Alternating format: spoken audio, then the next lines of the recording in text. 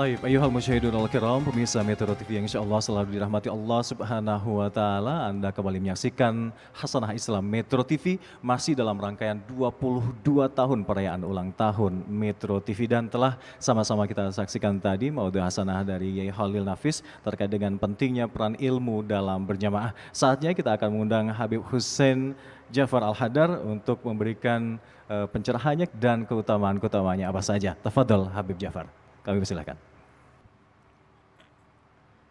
Bismillahirrahmanirrahim. Alhamdulillah wassalatu wassalamu ala Rasulillah wa ala alihi wa sahbihi wa man walah, amma ba'du. Assalamualaikum warahmatullahi wabarakatuh.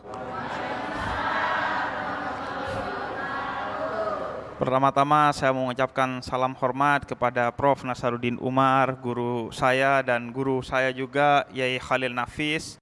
Dan selamat ulang tahun yang ke-22 untuk Metro TV. Ulang tahun itu maknanya yang pertama adalah diulang tahunnya untuk kita mencari kesalahan di masa lalu atau kebaikan di masa lalu agar kita perbaiki atau kita tumbuhkan kebaikannya. Makanya ulang tahun itu untuk introspeksi, tapi juga untuk kemudian tumbuh tahun. Artinya tahun esok lebih baik dari tahun kemarin, karena itulah ciri orang yang beruntung, kata Nabi dalam salah satu sabdanya. Sayyidina Anas ibn Malik meriwayatkan dari Sayyidina Umar ibn Khattab. Suatu hari Sayyidina Umar ibn Khattab itu penasaran karena melihat Nabi Muhammad itu tersenyum-senyum sendiri. Nah, ini bedanya antara kita dengan Nabi Muhammad. Nabi Muhammad itu kalau senyum-senyum sendiri semua orang husnudzon. Oh, berarti ada pelajaran yang bisa kita ambil dari Nabi Muhammad.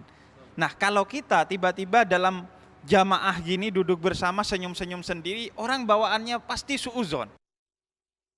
Ini pasti karena efek dikejar-kejar pinjol, ini pasti efek karena tukaran sama orang, atau apapun. Atau jangan-jangan ini lagi stres, makanya senyum-senyum sendiri. Nah, Nabi Muhammad ketika senyum-senyum sendiri, sahabat kemudian husnudzon, pasti ada ilmu di dalamnya. Sayyidina Umar kemudian nanya, wahai Nabi, wahai junjunganku, apa yang menyebabkan engkau ini senyum-senyum sendiri padahal gak ada yang lucu? Kemudian Nabi Muhammad cerita bahwa tadi dibukakan hijab kegaiban oleh Allah sehingga aku melihat nanti ada dua orang yang saling berselisih karena yang satu mendalimi yang satunya ketika di dunia sehingga tidak ridho nanti di akhirat. Karenanya kemudian dia minta kepada Allah agar saudaranya itu semua pahalanya diberikan kepada dia sebagai ganjaran dari kezaliman yang dia lakukan di dunia. Kemudian kata Allah, tidak ada kebaikan pada saudaramu ini. Akhirnya kata dia, ya sudah kalau begitu segala keburukan atau dosa yang telah aku lakukan limpahkan ke dia. Kemudian kata Allah, apakah kamu tidak kasihan kepada saudaramu itu? Dan kemudian diperlihatkan surga yang begitu indah kepada orang ini, dan orang ini ingin masuk ke dalamnya. Ya Allah, kalau begitu saya ingin masuk saja ke surga itu. Bagaimana tiketnya? Kemudian kata Allah, tiketnya itu adalah dengan kamu lihat saudaramu yang dulu mendalimi kamu di dunia, pegang tangannya, gandeng ia, dan bersama engkau masuk ke surganya Allah. Karena itu kita ahlus sunnah wal jamaah, ada kata jamaah sebagaimana tadi disampaikan Yai Khalil Nafis. Enaknya kita masuk surganya itu berjamaah. Enaknya orang masuk surga berjamaah, tiketnya itu satu. Yang punya tiket biasanya yang di depan. Atau yang punya tiket yang di belakang, yang di depan cuman belakang, belakang, belakang. Iya. Yang paling belakang siapa? Yang paling belakang itu para kiai, para habaib yang pegang tiket. Atau yang paling ujung belakang yaitu Nabi Muhammad SAW. Beliau bayar semua pintu surga itu dengan syafaat dari Nabi Muhammad. Makanya kita masuk surga berjamaah dengan Nabi Muhammad. Ibarat kata naik bis, tujuannya kita gak usah tahu udah. Yang penting kita cuma duduk aja di sana.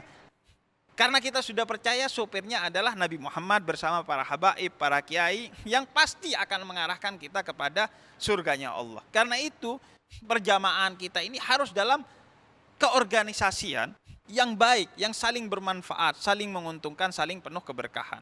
Nah, apa tantangannya? orang yang berjamaah ini, yang pertama adalah ego yang bersumber dari nafsu. Karena itu dalam Islam kita diajarkan untuk perang yang terbesar dan paling pertama dan utama adalah perang melawan diri kita sendiri.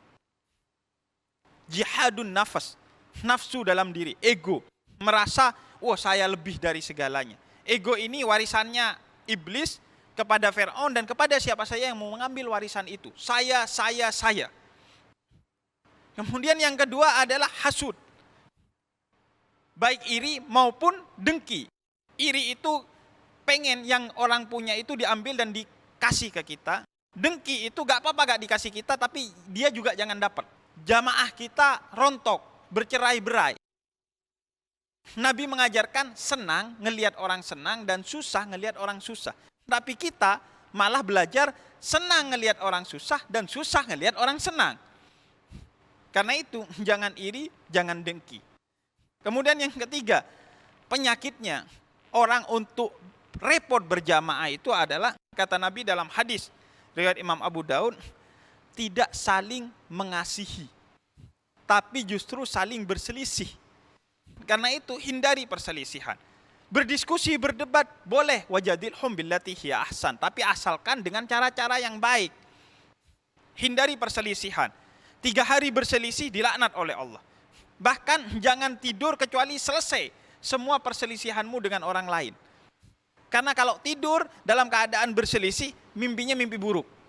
Boro-boro mimpi Nabi Muhammad, pasti mimpinya mimpi setan. Kemudian yang keempat, kata Nabi, dalam perjamaahan itu hendaknya kalian lemah lembut, jangan keras. Ada saudara kita yang salah, kita tegur dengan baik, dengan kata-kata yang baik, dengan sikap yang santun. Nah, karena itu semoga kita yang sudah diikat satu sama lain ini oleh Allah dalam perbedaan, tapi di tengah persatuan di antara kita, persatuan di tengah perbedaan dari awal dibuat oleh Allah dari hati kita yang penuh kasih ini di tengah perbedaan. Semoga ini terus kita jaga dengan baik. Dengan apa? Dengan segala sesuatu yang bisa terus menghangatkan persatuan di antara kita.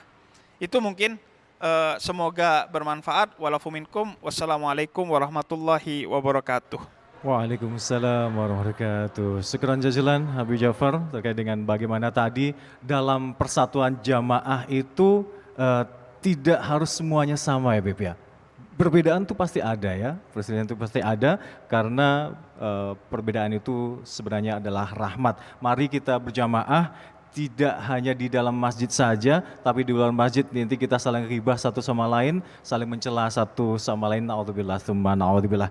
Tantangan dalam jamaah tadi udah diulas oleh Habib Ja'far tadi adalah ego kita, iri dengki hasud kita, tidak saling harus saling menghindari perselisihan, dan juga yang terakhir harus dikukuhkan untuk saling toleransi. Itu yang bisa mengukuhkan kita agar bisa memperkuat silaturahim dalam berjamaah. Kita nanti akan segera memberikan waktu pada para jamaah di sini yang udah nggak sabar untuk bertanya kepada para narasumber di sini. Ada Prof. Nasar, ada Habib Ja'far dan juga Yai Holil. Namun kami beri kesempatan usai jeda berikut ini. Tetap bersama kami di Hasanah Islam Metro TV.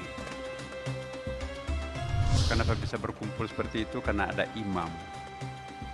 Jadi persatuan itu mensyaratkan adanya epicentrumnya.